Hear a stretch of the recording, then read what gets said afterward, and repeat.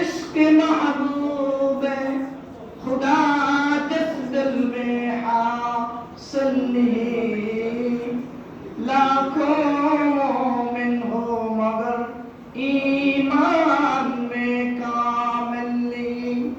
महान अल्लाह सुब्हानाहु व तआला दरबारे लाख कोटी शुक्रिया যে মহান মুনিব আল্লাহ সুবহানাহু ওয়া তাআলা সুন্দর পরিবেশে দিনের সকল কার্যক্রমের শেষ প্রান্তে এসে আমাদের উচ্চ পদস্থ কর্মকর্তা থেকে অদ্যবধি পর্যন্ত সকলকে নিয়ে আমরা সুন্দর একটি ঈদে মিলাদুন নবীর অনুষ্ঠান বসতে পেরে সবাই মহান আল্লাহ সুবহানাহু ওয়া তাআলার দরবারে শুকর জ্ঞাপন করছি, বলি আলহামদুলিল্লাহ।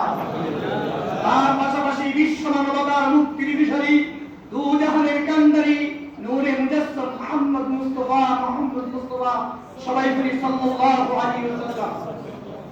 যেই নবীর প্রতি আমরা যে শ্রদ্ধা ভক্তি ভালোবাসা নিয়ে আমরা আজকে যেটা আমাদের যে মূল বক্তব্য সিরাতুন নবী এবং মিলাদুন নবী, আমরা নাম উচ্চারণ আজকে দ্বন্দ্বলিপ্ত সিরাতকে মিলাদকে অল্প সময়ের মধ্যে আমি আপনাদেরকে বলে দিব।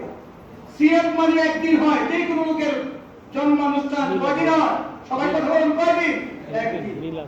যে কোনো লোকের জন্ম হতে পারে, তবে আমাদের নবীও সেই দিন জন্মগ্রহণ করেছেন, এই দিন আবার মৃত্যুবরণ করেছেন। তো আমাদের কি করণীয়? যেহেতু ঈদ মিলাদুন নবী মানে কি জন্মানুষ্ঠান, জন্ম যে কোনো দিন হয়, আবার এই দিনে আমার নবী আবার মৃত্যুবরণ করেছেন, যদিও নাকি মতানৈক্য থাকে, তবে এটা নিয়ে আমরা আজকে খেলতামাশা নিয়ে আসছি। ঈদ মিলাদুন নবী জন্মানুষ্ঠান, তবে সিরাতুন নবী নিয়ে আমাদের সবচেয়ে বড় কথা। যেই ব্যক্তি সিরাত মানে কি তার নিয়ম নীতি তরিকা ইত্যাদি বিষয়, যেই ব্যক্তি নাকি সিরাত মানবে মিলাদ তার ভিতরে ঢুকে যাবে, প্রবেশ করে যাবে। এই জন্য যে কোনো লোকের আমাদের মানার দরকার কি? সিরাতুন নবী। মিলাদুন নবী তো আমরা সবাই জানি, যে কোনো দিন জন্মগ্রহণ করা জন্মানুষ্ঠান যেটাকে বলে আমার নবী 12 রবিউল আউয়াল, যে আগামীকাল সরকারিভাবে বন্ধ, সেই দিনে আল্লাহ নবী জন্মগ্রহণ করেছেন। শুকরিয়া দান আমরা বলি আলহামদুলিল্লাহ।